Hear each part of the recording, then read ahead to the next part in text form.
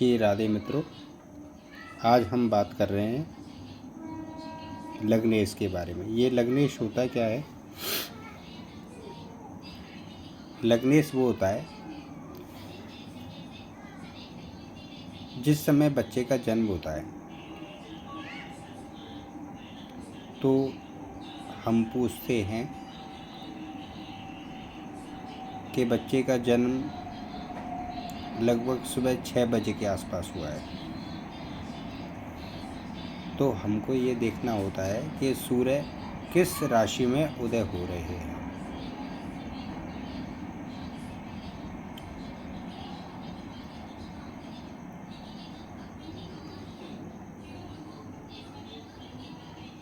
अप्रैल 15 के बाद से सूर्य मेष राशि में संचार करेंगे, ऐसा ज्योतिष का विधान है।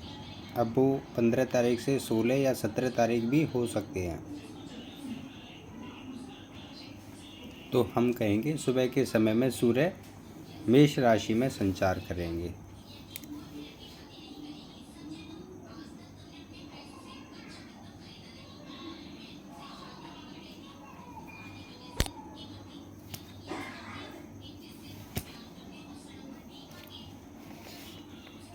किसी बच्चे का जब जन्म होता है तो उसके प्रथम भाव में पड़ने वाली राशि को उसका लग्नेश कहते हैं। मैं फिर से दोहराता हूँ, जिस बच्चे का जन्म होता है, जो टाइमिंग होता है, उस समय जो राशि प्रथम भाव में आती है, अगर यहाँ पर 2 आ जाता है तो वृषभ लग्न हो जाएगा बच्चे का। अगर यहाँ पर 5 आ जाएगा प्रथम भाव में तो सिंह लग्न हो जाएगा।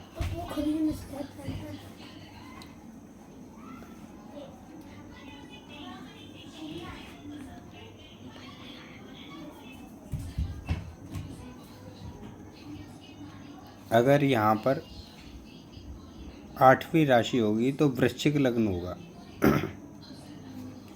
अगर यहाँ पर 12वीं राशि हुई तो मीन लग्न होगा। ये लग्नेश का मतलब होता क्या है? लग्नेश होता है किसी व्यक्ति के स्वभाव से, स्वास्थ्य से, उम्र से संबंधित। व्यक्ति सभी ग्रहों को नापते हैं, लेकिन लग्नेश को कोई भी नापता नहीं है। लग्नेश के बारे में कोई भी चर्चा नहीं करता है। केवल इतना जानते हैं इसका वृषभ लग्न है, बस। इससे आगे कोई कुछ बोलता ही नहीं है। लग्नेश क्या करता है, कौन सी इच्छा रखता है, क्या करना चाहिए। लग्नेश के द्वारा व्यक्ति अपने मन के अंदर किस कार्य को लेकर के ज़्यादा भावना रहेगी, व्यापार रहेगा, जॉब रहेगी, फाइनेंस रहेगा, कर्ज लेना चाहेगा, खेलकूद में जाएगा, घर में रह कर के काम करेगा, या बाहर घूमना फिरना पसंद होगा, विदेश में जाना पसंद होगा।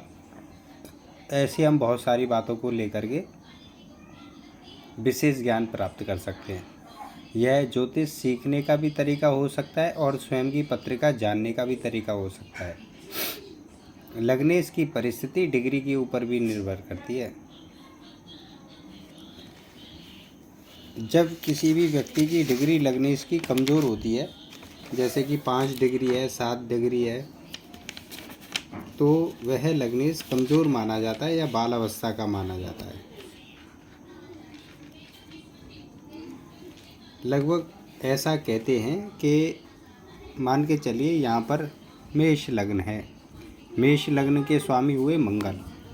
मंगल 12 भावों में कहीं भी बैठे हों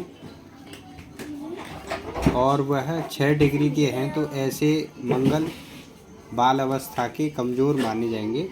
वह ज़्यादा प्रभावी नहीं दे पाएंगे। ऐसे मंगल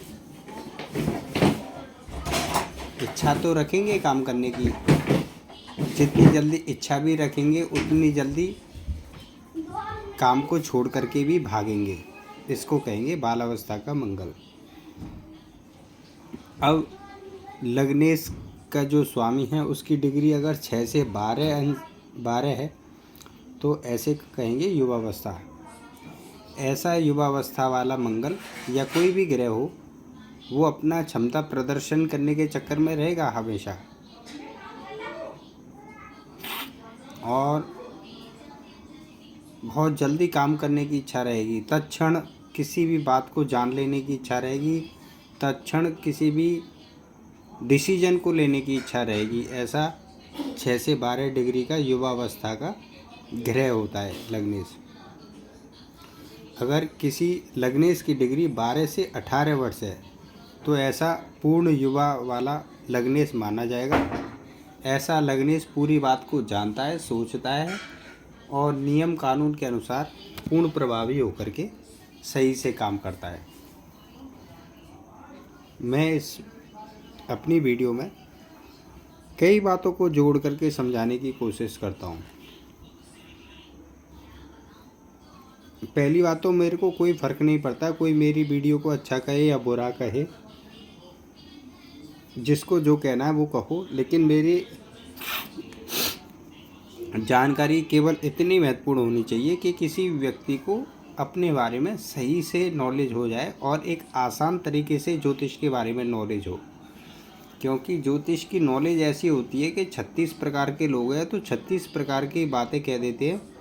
व्यक्ति सही बात तक ना पहुंचते हुए केवल उपायों तक ही सीमित रह जाता है कि राहु का उपाय कर लो, लग्नेश का उपाय कर लो, लग्नेश का दान कर लो, रत्न पहन लो, लग्नेश की बहुत सारी वस्तुएं पहन लो, बस यहीं तक रह जाता है, उसके आगे कुछ नहीं होता है उसे। जबकि मुझे ऐसा लगता है उपाय करने से ज़्यादा लग्नेश या कोई भी ग्रह हमसे चाहता क्या है इस बात के ऊपर विशेष गौर करना चाहिए।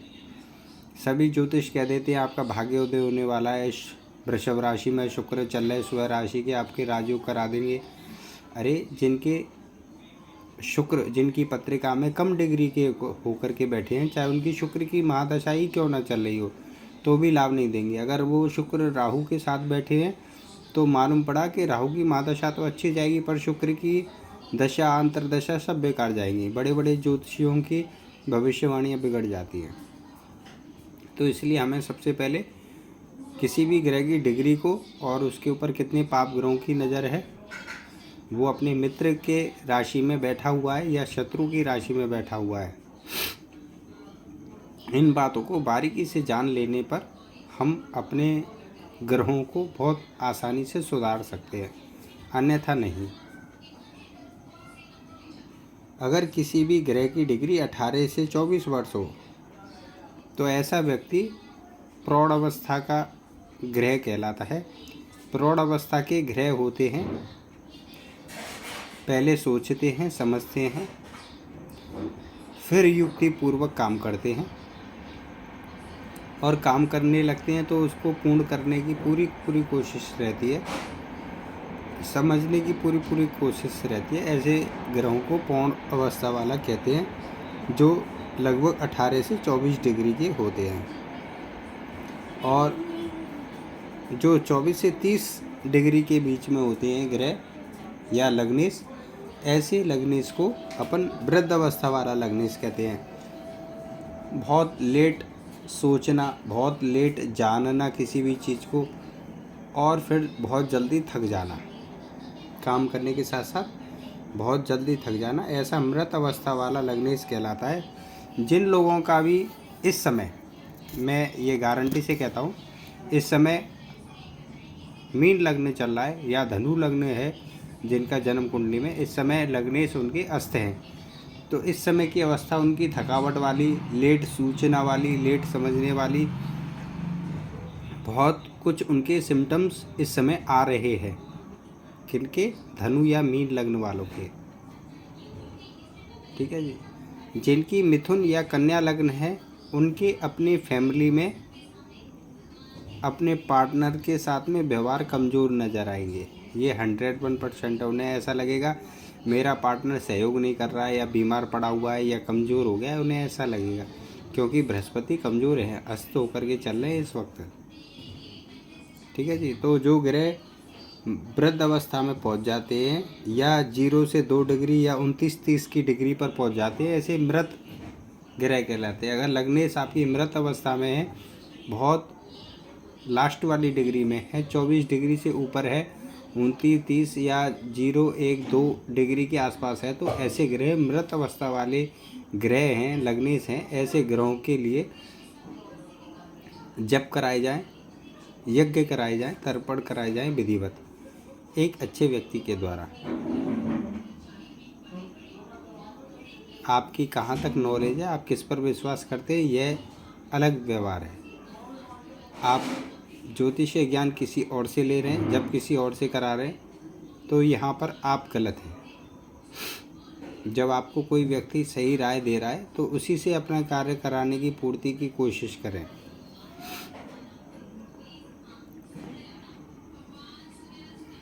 फिर से मैं कहता हूँ, 0 से 6 डिग्री का जो ग्रह होता है वो बालावस्था का होता है, 6 से 12 डिग्री का होता है वो युवावस्था का होता है। बालावस्था वाले जितनी जल्दी काम चालू करते हैं उतनी जल्दी छोड़ भी देते हैं।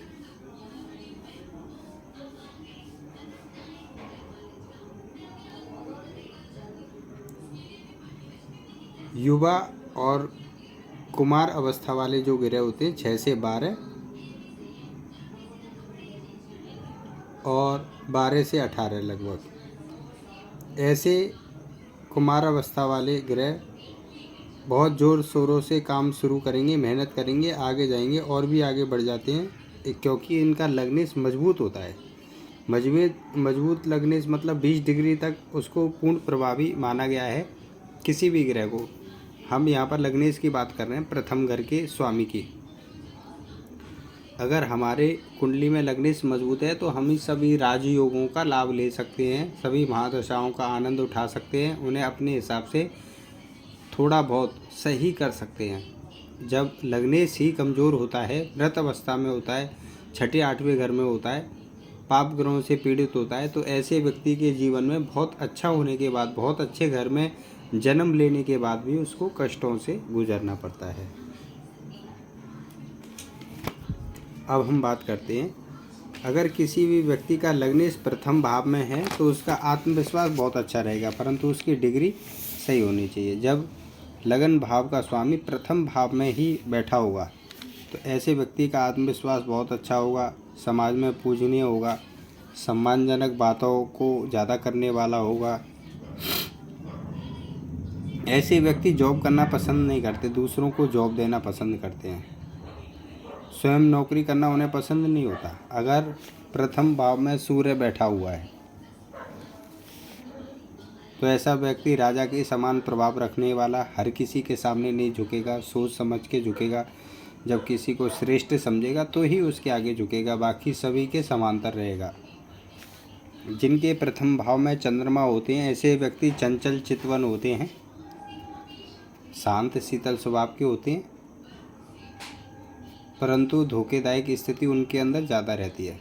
वो स्वयं भी धोखा खाते हैं, लोगों को भी अपनी युक्ति बुद्धि से छल करने की कोशिश में लगे रहते हैं। जिनके प्रथम भाव में मंगल होता है ऐसे व्यक्ति थोड़े से क्रोधी, एनर्जी फुल होते हैं।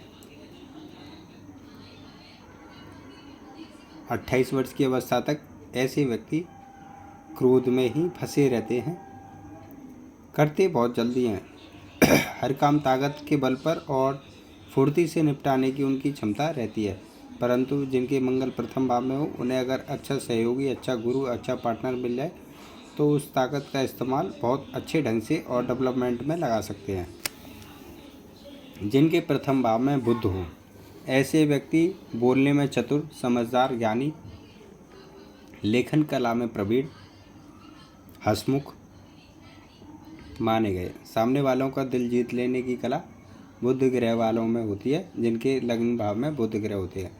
जिनके प्रथम भाव में बृहस्पति होते हैं ऐसे व्यक्ति अपने आप को परम ज्ञानी समझते हैं, ये उनका दुर्भाग्य है। चाहे वो अपने धनु लग्न में बैठे हो, मीन लग्न में बैठे हो या और किसी भी लग्न में बैठे हो। धनु मीन के अलावा और किसी भी लग्न में अगर बृहस्पति बैठे हैं तो स्वास्थ्य पर भी थोड़े से भारी गिरते हैं। ऐसे व्यक्ति को मेहनत अवश्य करनी चाहिए, उसका प्रतिफल भगवान पर छोड़ते हुए मेहनत की ओर ध्यान देंगे तो बहुत कुछ उनके जीवन में परिवर्तन आएगा। साधु सन्यासियों से, कपोल पंडितों से दूरी बनाए रखें, अन्यथा आप धार्मिक गतिविधियों में उलझे रहेंगे, कर कुछ नहीं पाएंगे। क्योंकि जिनका बृहस्पति प्रथम भाव में होता है, अगर वो ज़्यादा साधु सन्यासियों के बीच में रह रहे हैं तो ऐसे व्यक्ति आडंबर रचकर प्रथम लग्न में गुरु बैठे व्यक्तियों का जीवन बर्बाद ही करते हैं। अगर किसी व्यक्ति के प्रथम भाव में शुक्र बैठे हुए हैं, लग्नेश कोई भी रहने दीजिए, उनके नए नक्श तीखे रहेंगे। सुंदरता हल्की सी श्याम कलर हो सकती है या गौरवर्ण भी हो सकता है, पर नए नक्श तीखे होंगे। उनको देख करके हर कोई व्यक्ति प्रसन्न हो जाता है या उन्हें बार बार देखने की लालसा लोगों में बनी रहती है। परंतु ऐसे व्यक्ति अगर जिनके प्रथम भाव में शुक्र है, अगर अपनी वाणी का सदुपयोग करें तो उन्हें बहुत अच्छा धन, मान सम्मान, यश प्राप्ति हो सकती है। ऐसे व्यक्तियों के कई स्त्रियों से संबंध भी देखे गए हैं। स्त्री है तो उनके कई पुरुषों से संबंध देखे गए हैं। जिनके प्रथम भाव में शनि होता है, ऐसे व्यक्ति जिनके प्रथम भाव में शनि है, वह अपनी उम्र से ज़्यादा के महसूस होते हैं। जैसे किसी व्यक्ति की उम्र 25 साल है तो वो 35 साल का महसूस होगा। उम्र जल्दी ढलती हुई, वृद्धावस्था पकड़ती हुई दिखाई देगी। मतलब अपनी उम्र से ज़्यादा का दिखना, यह शनि का प्रभाव है। जिनके प्रथम भाव में राहु बैठे होंगे, ऐसे व्यक्ति वाचाल, तेज बुद्धि के, पेट में दाढ़ी होना, जो कहावत है ना, वो प्रथम राहु वालों के ऊपर सिद्ध होती है। ज्ञान सब है, चतुराई सब है, हर किसी को अपनी युक्ति बुद्धि से छल करके आगे बढ़ने की कोशिश करते हैं और बढ़ भी जाते हैं, परंतु समस्याएं उनको घेरे रखती हैं बहुत ज़्यादा बेहतरीन ढंग से।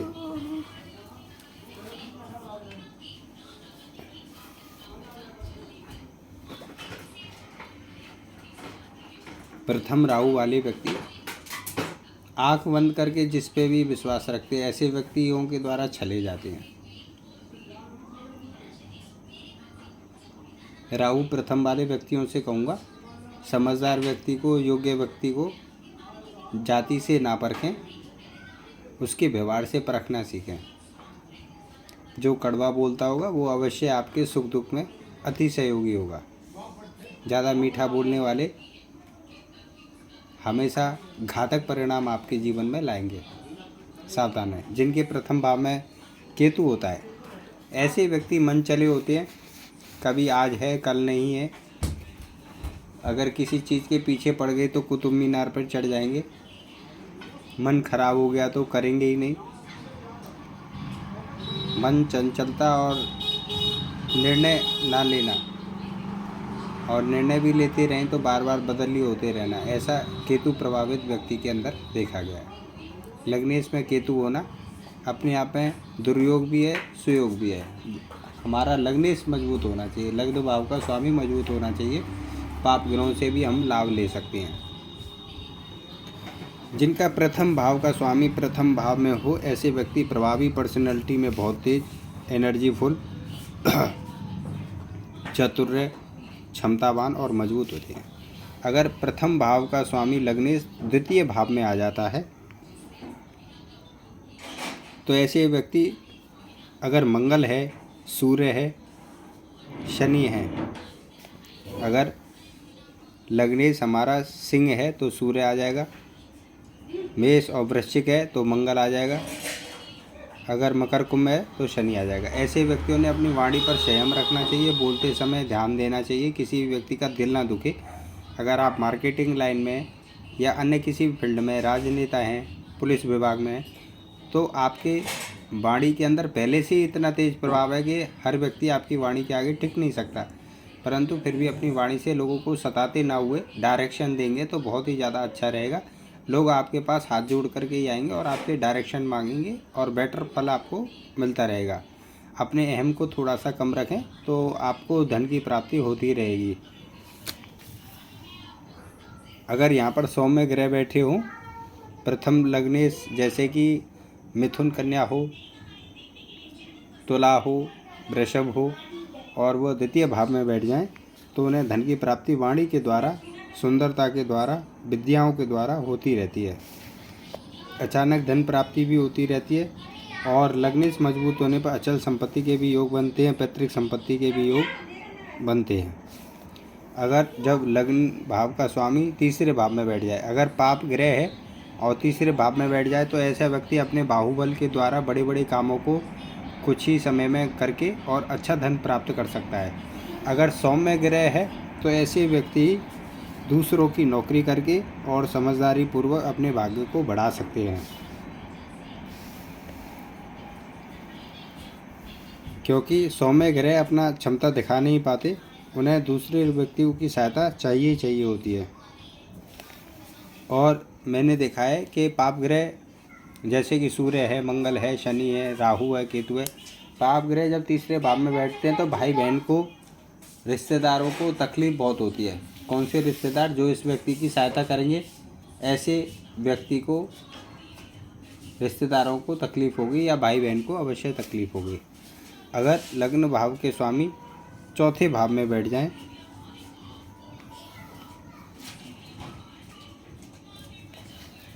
चतुर्थ भाव में बैठ करके व्यक्ति भूमि संपत्ति से गहरा संबंध बनाता है। भूमि वाहन की प्राप्ति होना, भरे पूरे घर में, भरा पूरा घर उसको कहते हैं, दादा दादी हो, चाचा चाची हो, माता पिता हो, भाई बहन हो, ऐसा भरा पूरा घर माना गया है। घर से जुड़े रहते हैं।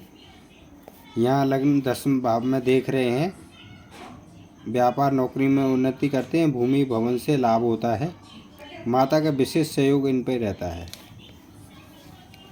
अगर यहाँ पर शनि, सूर्य और मंगल बैठ जाते हैं तो माता के लिए रोगी या माता के लिए दोष उत्पन्न करते हैं। याद रखिएगा, अगर प्रथम भाव के स्वामी जैसे सूर्य है, मंगल है, शनि है और यहाँ पर बैठ जाएं तो माता को रोगी बनाते हैं। इस बात का खास ध्यान रखें। अगर लग्न भाव का स्वामी पंचम भाव में बैठ जाए तो ऐसा व्यक्ति बुद्धिमान होता है, अपने बुद्धि बल के द्वारा बड़े से बड़ी समस्या को हल करने की कोशिश करता है। हर व्यक्ति विशेष के लिए वो अपने ज्ञान की सहायता से कुछ ना कुछ अच्छे संबंध स्थापित करता है। एजुकेशन की फील्ड में अगर ऐसा व्यक्ति कार्य करे तो बहुत ऊंची श्रेणी पर लाभ प्राप्त होता रहता है। ऐसा व्यक्ति जिनका पंचम भाव में बैठा हुआ है तो वो अपने सप्तम दृष्टि से लाभ स्थान को देखेंगे और शुभ ही शुभ करते चले आएंगे। यहाँ पर जैसे कि बुध है, शुक्र है, चंद्र है, बैठ जाते हैं तो सौम्य ग्रह यहाँ पर विशेष लाभ देते हैं। पाप ग्रह होने पर व्यक्ति क्रोधी, चिड़चिड़ा, तनावग्रस्त, पेट के रोग वगैरह कुछ हो जाते हैं, तो भी व्यक्ति को सावधान रहना चाहिए। ये छठे भाव, जब लग्न भाव का स्वामी छठे भाव में बैठ जाता है, यहाँ छठा भाव होता है कर्ज का, रोग का, झगड़े का, कोर्ट कचहरी का, हॉस्पिटल का, रोगों का। जिनका लग्नेश छठे भाव में हो ऐसे व्यक्ति को व्यायाम अवश्य करना चाहिए, अन्यथा रोग उसे घेरे रहते हैं। ऐसा व्यक्ति कोर्ट कचहरी या डॉक्टर से संबंधित, पेशे से संबंधित कार्य करे या पुलिस विभाग से संबंधित कार्य करे, वकालत से संबंधित कार्य करे, इंश्योरेंस सेक्टर से, हेल्थ इंश्योरेंस सेक्टर से संबंधित काम करे तो उसको बहुत विशेष प्रगति होती है। परंतु ऐसे व्यक्ति के शत्रु हमेशा बने रहते हैं। अगर ऐसा व्यक्ति अपने खान पान का ध्यान नहीं रखता तो उसे भी शारीरिक दोष होते रहते हैं। जिन व्यक्तियों का लग्न छठे भाव में होता है ऐसे व्यक्ति प्रतियोगिता करके, अच्छा काम करके, कंपटीशन करके भी लाभ बहुत तेज़ी से उठा लेते हैं। ऐसे व्यक्तियों की खर्चे की अधिकता विशेष तौर से बनी रहती है। अगर लग्न भाव का स्वामी सप्तम भाव में आ जाए, एक विशेष योग, राजयोग, पर नारी योग, पर पुरुष योग बनता है। जब लग्न भाव का स्वामी सप्तम भाव में आ जाता है तो जीवन के युवा स्थल में आते आते ऐसे व्यक्तियों के, ऐसी स्त्रियों के कई एक दोस्तों से संबंध बन जाते हैं। अगर पाप ग्रह हो जैसे कि सूर्य हो, मंगल हो, शनि हो या यहाँ पर राहु केतु हो तो भी व्यक्ति के एक से अधिक स्त्री या पुरुषों से संबंध बन जाते हैं।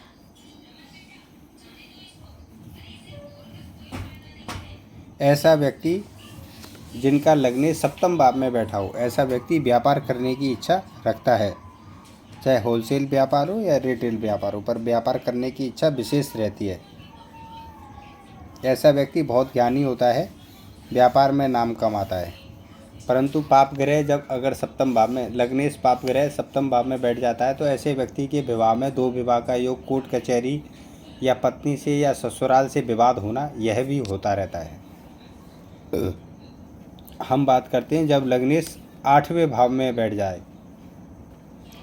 जब लग्न भाव का स्वामी अष्टम भाव में बैठ जाता है तो ऐसा व्यक्ति ऐसे धन को प्राप्त करने की कोशिश करता है जिसमें उसका केवल मेहनत लगी हो, जैसे कि इंश्योरेंस सेक्टर है,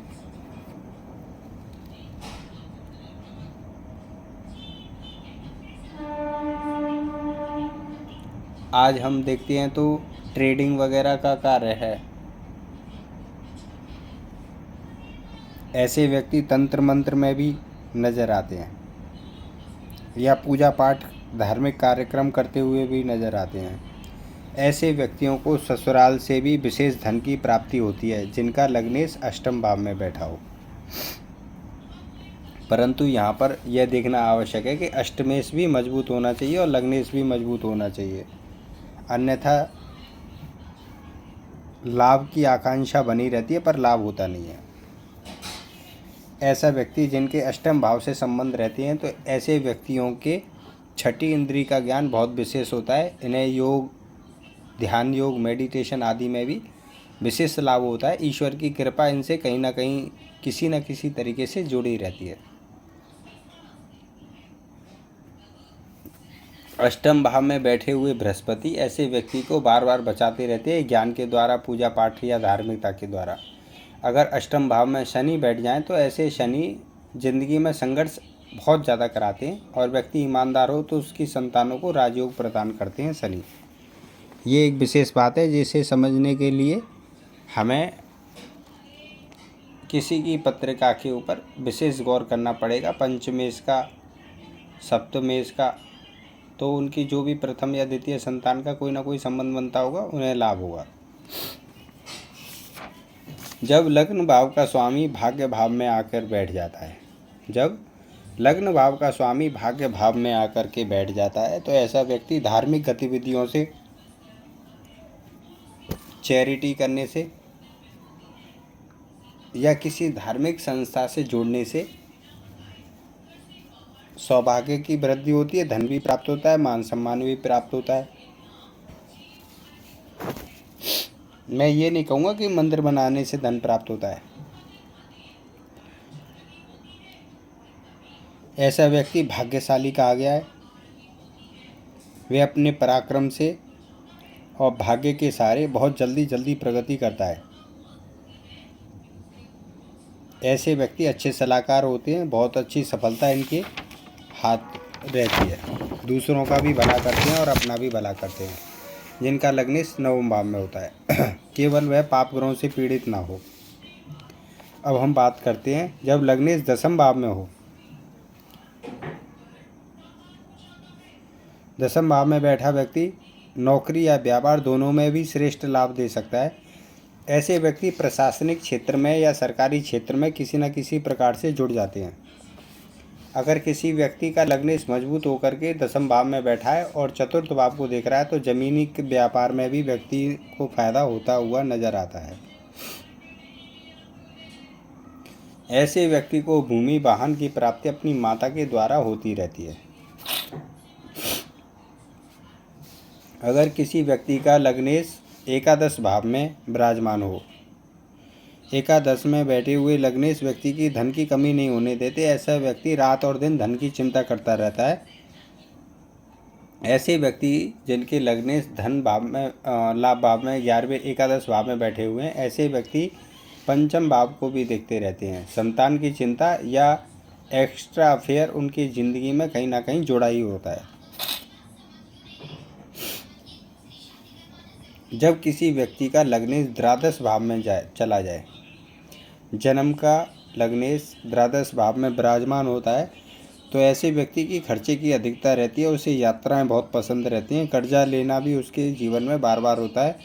अगर ऐसा व्यक्ति विदेश जाकर के रहने लगे तो उसकी ज़िंदगी में विशेष लाभ की प्राप्ति होती है, क्योंकि 12वां 8वां भाव हमेशा विदेश का होता है।